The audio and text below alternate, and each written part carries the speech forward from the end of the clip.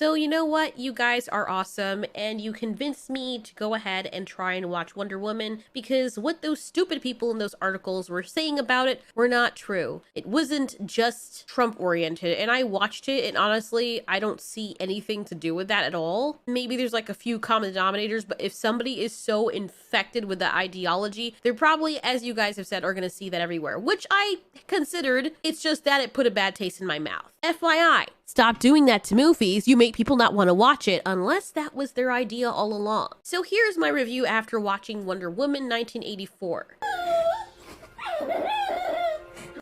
Jesus Christ, did they not have editors for this movie? The entire first section went on forever. I don't even know why that was a part of the movie. I get that they were trying to teach us something about taking shortcuts and whatnot. I think that the director wanted to drive it home how hard she worked and how much in the lead she was just to have that all taken away from her at the end. Okay, if they decide to leave that in, why the hell did they opt to go with the stupid mall scene afterwards? You see, the beginning of it was the good setup, even though I think the message was kind of lost here because the whole message of the movie is, well, you can't have it all. And you can't cheat your way around things. I guess the main thing is you can't take shortcuts and expect to just win, but I feel like there was a better way that they could have driven that home because somehow the way it was told just didn't fit the end of the movie, but you know, I get what they were going for. And I was willing to deal with that. I was like, okay, this is going a little bit, this is stretching a bit thin. I don't know why they started off the movie like this, but you know what, whatever. They're going somewhere with it.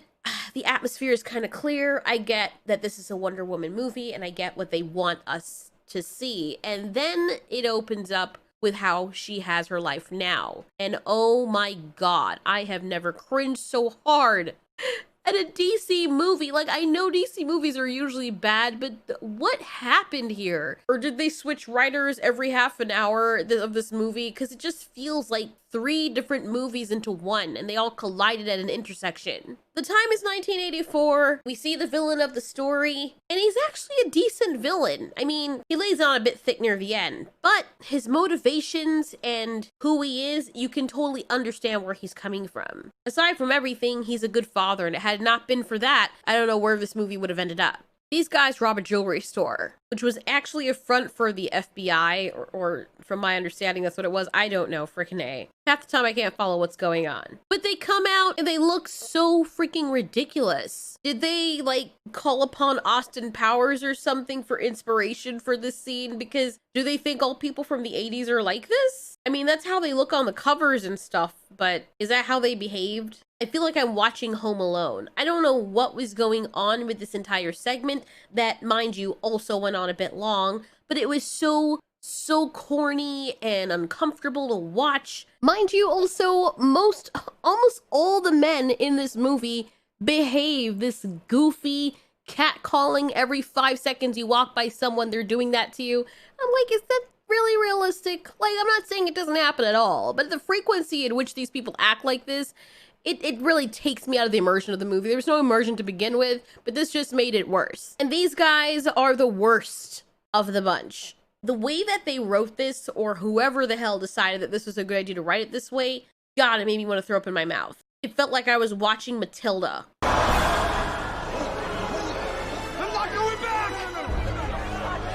Oh my God. So he threatens this little girl because he's using her as an excuse for them not to get to him, saying he's not going back, I guess, to prison.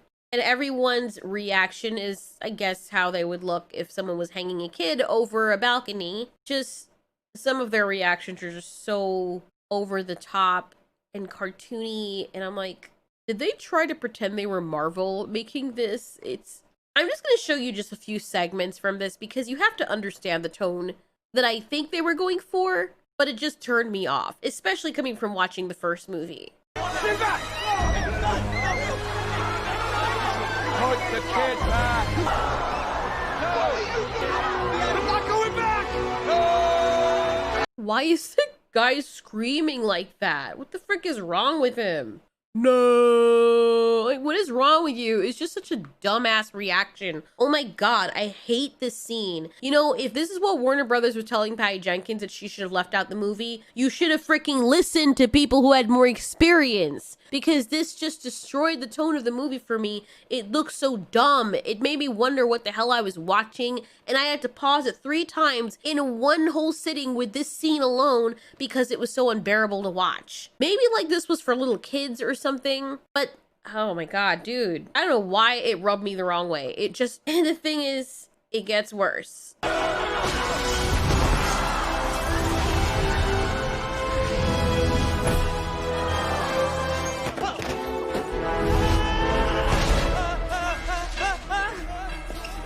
Oh my God. Keep in mind that somebody directed this man to behave like this. I think that everyone involved in making this film looked at Shazam and was like, people liked this. Must copy. What they fail to understand is that this is not Shazam. Shazam started out like this, and it was centered around a kid and other kids. As a matter of fact, the whole movie was centered around the kids themselves. Wonder Woman was not. Jesus, I feel like poor Gal Gadot is so out of the league for this movie. I don't know what it is about 1984, but I don't know if they're making fun of the 80s or people who existed in the 80s, but man, they make everybody look so dumb.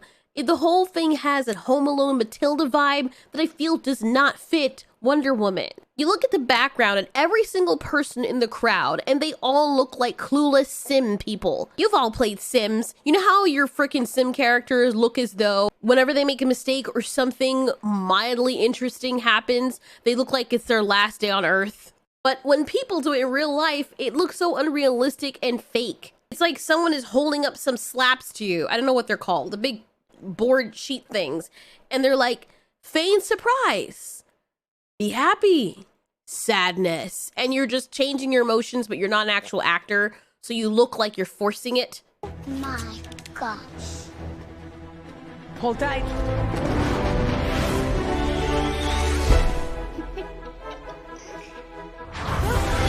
For fucking walnut's sake, holy shit, was this cringe.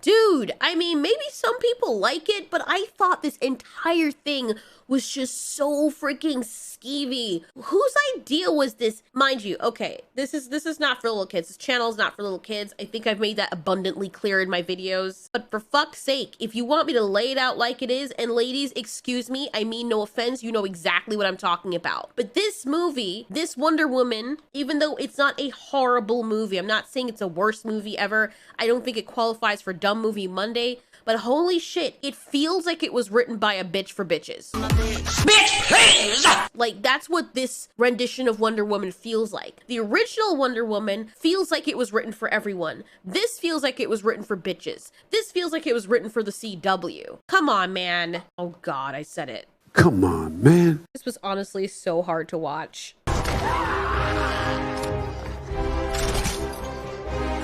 I hate guns. Yeah, I know, because you don't need them.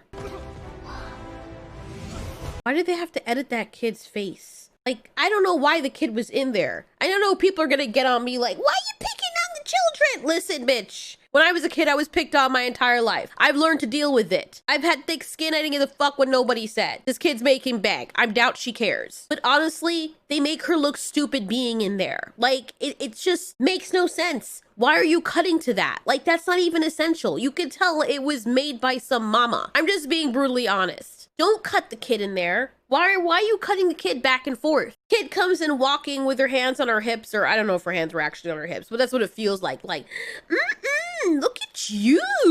Like, really, bro? Like, what are you doing? Get the fuck out of the way. Where are your parents? She sees guys with guns who are robbers, and this woman is flinging them all over the place, and her parents let her go near to the field of action, right into the way. She was right there by her mom, and no, she has to come up to get a close look. You have glasses. You don't need to be that close. Shame on the parents for letting their daughter get in danger. And I'm sorry, this whole scene that was put together like this was so disgusting. You may be wondering, Altieri, why are you spending so much time on this one freaking scene, yo? Because the scene itself is so goddamn long. Just like I do when I'm pissed about something, it goes on forever and ever. It needn't be that long. I had no idea why they had to leave this like this. And even Warner Brothers was telling the director woman, hey, you might want to cut that. Either cut the first 10 minutes or cut the part where she's a kid, or cut out the mall scene. No, we need both of them so people who didn't watch the first one can understand what's going on. Don't know what the mall scene had to do with that, but here's one of those things, right? Steve coming back was part of what happened as a result of the first one, right? So, people would have had to watch the first one regardless. This is a sequel, n'est-ce pas? Is it not a sequel? Some people say it's not, but it clearly is since it follows the events of the first Wonder Woman. So why the fuck would you have to put that in there? And I'm sorry, sometimes you should look at people who are actually successful in their craft. Look at what Marvel is doing. You know how Marvel markets their stuff? Marvel says, you know what? We want to make more money. So what we're going to do is we're going to tie all of our movies together so that, you know, here's a bright idea. Maybe you have to watch the others in order to get what happens for the next ones. And you know what happens? I'll tell you. It's a secret. People watch the previous movies to get the other movies and they get more money. It's a tried and true thing that always works. There is nothing wrong with that. You're not making a standalone reboot of Wonder Woman, you're making a sequel of it. This is 1984. It is clearly referencing things from the first movie. So why in the hell would you need to put the whole child sequence in there of Diana being a kid and say that it's because you wanted people to walk in and feel as though, you know, they don't have to watch the first one? That makes no goddamn sense. And that was a cop-out. You made a mistake. People didn't tell you no. You pushed whatever you wanted to do and you messed up. It came out looking like dry rat ass. What are with her movements? Why do they look like... I mean, I know that there's string work going on here, and Gal Gadot is awesome. I'm not even gonna... I have no qualms against her. She worked the best with what she got. But goddamn, the choreography for the strings were really bad. Like, half the time you could tell the CGI of this movie was really bad. There's just so many things wrong with this movie. I probably can't even say all in one thing. I'm gonna try and keep it down to a dull roar because I'm gonna go start flying off the handle. It was so confusing. Also, love Pedro Pascal's performance, but why was Kirsty Wig, I don't know what the frick her name is, Wig. Why was she in this movie? What was the point? I feel like, you know, they made the same mistake that they made with Spider-Man 3, and Spider-Man 3 was okay. It was kind of weird, but you know, I still liked all of them. But she was in there for no reason. She was an old movie by itself. Just this origin story. Why was it middled up into this? I feel like this was a villain origin story with another villain origin story and part of Wonder Woman's origin story. And that, what? Too much. No. Too much. Too much was going on in this movie. Kirsty, goddamn. Hold on a second. I gotta look up her name. Okay, it's Kirsty Wig. Kirsty Wig should not have been in this movie. She could have been another Wonder Woman, but she was completely useless being in this movie. We could have done well just following Wonder Woman with her issues and with Pedro Pascal's issues as well. Kirsty Wig just feels like she was stampeded into this movie or shoehorned in. You renounced your wish. Jesus Christ. Oh no. This should have been its own movie. This villain should not have been in there. Steve coming back. Steve, I love Chris Pine's character, but honestly, he felt useless on the screen. I felt like the entire time I was watching them, even though they have decent chemistry together, that he was just her little puppy that she was dragging around. You know when you play an RPG and you have the familiars and they really do nothing for you? You can't mount them. They don't really fight. They just give you some random buff like, I don't know, 2% movement speed. You could get better gear that would render those little pets completely obsolete. But you keep them around because they're cute. I feel like that's what Chris Pine's character was the entire time. And I'm still mad about him being in this movie because I feel like even though he didn't stay and it wasn't really real, that his whole sacrifice in the first movie meant nothing because he came back. On top of that, he's in another man's body. Somebody who already had his own life and everything. And I'm like, dude, that's kind of sad. She slept with this man. Like, what? Okay, my question is, what if Because that man looked like he, like he got around. What if that guy had some kind of STD or sickness or something? I'm pretty sure Wonder Woman has that lasso of truth so she could stick it up there and find out. But what if she didn't? What if she was so thrown back by Steve being here like she was at the gala and she just slept with this guy and it turns out he is it's like, Steve's in there, but it's not Steve's body. You know what I'm saying? Like, the tip of the schlong has a little pustule on it, but it's Steve though, so,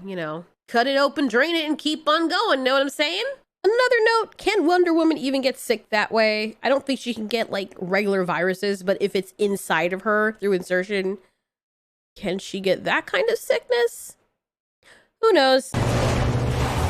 Also, when I say there was too much going on, all the characters were following Max Lord, we're following Wonder Woman, and then we're following this chick that doesn't even have that big of a role. And I feel like all of this was wasted. They say they had editors in the credits. Editors, what were you doing? Did Patty Jenkins hold a knife to your throat or something? Why is it that no editors were doing their job with this movie? Why was this movie 2.5 hours long?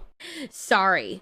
Why was this movie 2 hours and 31 minutes long? There was really no need for it. It was just so lengthy because it had too much in it and nobody cut anything out because probably one person didn't want anything to be cut out because she saw that it was important. And it even says it here. Patty Jenkins says Warner Brothers wanted her to cut an opening scene in WW 1984. The two scenes are some of the best. No, they're not. No, they're not. Stop lying to the people. They ain't. The last bit of action you get from you, that's true. Warner Brothers wanted her to cut one of them. She revealed this tidbit during a Zoom chat with her own Jimmy O, who was lucky enough to sit down with a small group of journalists. The director had this to say about the opening scene. It was not always written in. It was the success of the first film, but it was also something else. I wouldn't have jammed it in there because of the success of the film, because it actually made the movie too long. We have 2 openings in our movie, and we would like to talk about it with the studio all the time. And they would say, you've got to cut the mall and the 80s, or you got to cut the Amazon. I was like, we can't cut either. You should have listened, lady. You should have listened, because you made yourself look bad. At least she was honest in saying that Warner Brothers wanted her to do it. Because, next thing you know, some people would have been like, well, nobody told me, my editors didn't do their job. No, they clearly were trying, but then it still falls on them because, you're the studio. You've told so many people no. Was it impossible to tell this woman no?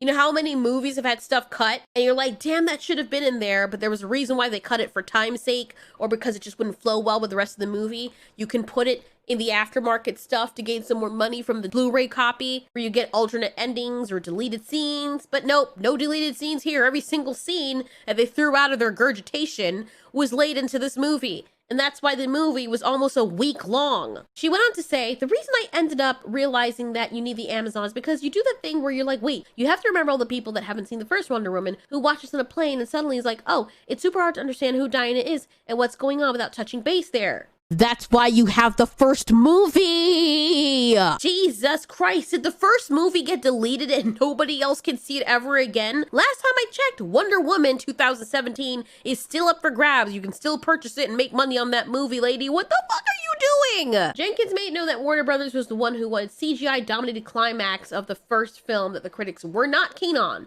despite their love for just about everything else in the film. I'm just curious, were these critics women and gay men? Because I mean, I'm a straight woman and I could tell that opening scene, not the one where she was a kid, that wasn't necessary either, to be honest, but I get why they put that in there. But the mall scene, man, if I could wipe some black off of my sweat, I would, because I just felt like I was tainted the entire time watching that. That was not made for the general audience. That was made for kids or bitches. Just out of curiosity. I mean, I'm a fox, which is technically not a dog. I mean, it is, but are female foxes bitches? Why are they called vixens? Why are they not called bitches? Male foxes are known as dogs, tods, or reynards. Females as vixens. Young as cubs, pups, or kids. I've never heard fox. Foxes usually appear in late April or... Okay, that's not important. Anyways, back to the review. What the frick am I doing? Who are you? That's not me.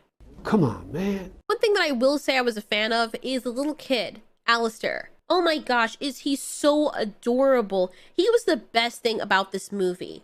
And even though Maxwell is a villain in his own right, when you saw his motivations and who he was and that he was actually pretty messed up, and the fact that he loved his son and he was very real as a human being. It made me look at him as more than just a one-dimensional character. I don't know what the hell people were talking about. And that's why it's good to get other people's reviews. And I'm so glad that you guys encouraged us to watch this, or at least encouraged me. I'm the one who watched it.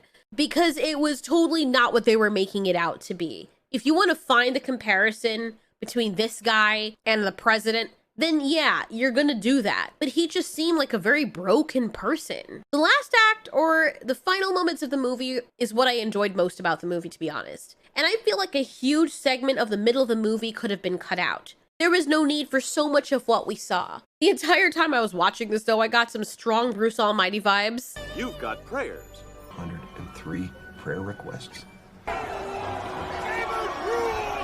You see, I like that bit about answering all the prayers, and then you realize that when you answer all the prayers and everything just goes into total chaos. And this guy was drunk off of the power. And you could see that. He's always been in that situation where he's always felt like a loser. Since he was a kid, he was in a horrible family situation, and now he has the ability to make everything come true. The last part was his kid was the most touching, and it actually made me cry a little bit. Because I felt so bad for the kid, and he was so freaking cute, like a little human kitten on two legs. They really picked the right kid to play this. Because with everything that was going on, the only thing I kept thinking is, I don't want this kid to be hurt. I don't want him to be brokenhearted or disappointed. And this kid put up with so much shit with his father. And he loved his father and believed in him so much. And despite everything that was happening, he just wanted to be with his dad. Oh my God.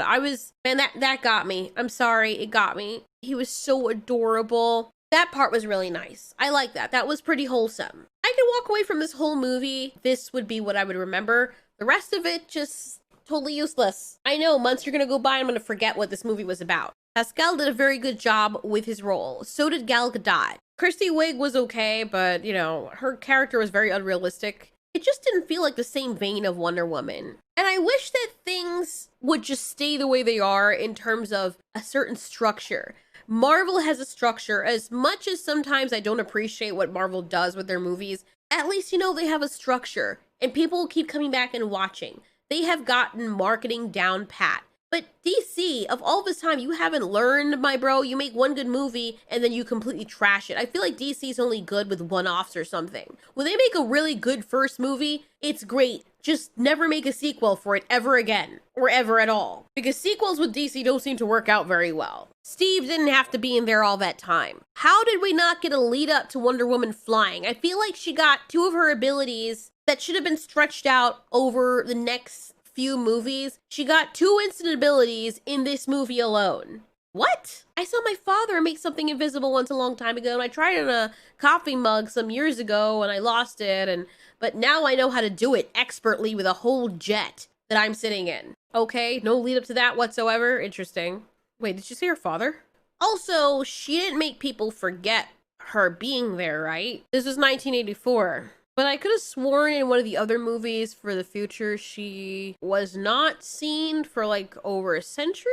Maybe I'm getting it mixed up, but I feel like something that was said in a later DC movie or one of the other DC movies would just negate this entire movie. But I could be wrong. Wonder Woman was just a very long, hallmarky type movie that should have been like a 3-part, 4-part miniseries, all mashed up into a very muddy and coagulated film. I think they could have done better. It could have been edited better. It was too campy, and I wasn't expecting that. I mean, the first Wonder Woman had its lighthearted tones here and there, and it was great. The comedy worked. It wasn't so dark to the point where you felt like, man, shit, this feels horrible. It feels like Batman just watched his parents get killed in the alley. Didn't feel like that with the first Wonder Woman. They could have amped it up a little bit, but Jesus Christ, they threw a whole bunch of glitter and Skittle-colored vomit down the throat of this movie. And for me personally, it's one of those things I would never want to watch again. The first one, I want to watch that one to get this one's taste out of my mouth. Now, my partner had suggested, because Patty Jenkins had more to do with this one, not saying she's horrible, but she needs to be, what's the word, reined in a little bit. She has a great imagination, and I think she has great creativity, but there are some instances, especially with movie making, where you have to rein in somebody's creativity or they'll just fly off the handles with it and just go overboard with it. And I feel like some people needed to do that more with Patty Jenkins. So because of that, and she was the writer in this one, or she had place on the writing team with this one, my partner theorized this is a conspiracy, but he theorized that she probably didn't do much of the directing in the first one, and Snyder actually did most of the directing of the first one, and she just got the credit for this. Apparently, that happens in Hollywood. Someone can say, hey, I directed something, but they didn't really direct it, like had full force directing it. It's like when your mom wants you to cook a dish or bake a cake or something. I think every kid's been in that situation. Maybe mostly girls, or your father, whatever. Your parents want you to do some kind of activity because they want you to get good at it, and they help you. And you're like, Mom, I can't do it, or Daddy, I can't do it. And like, you got this, son. And they hold your hands, and they basically do it for you, but make you feel like you did it, and then give you the credit. That's what I felt like my partner was trying to say about the first one.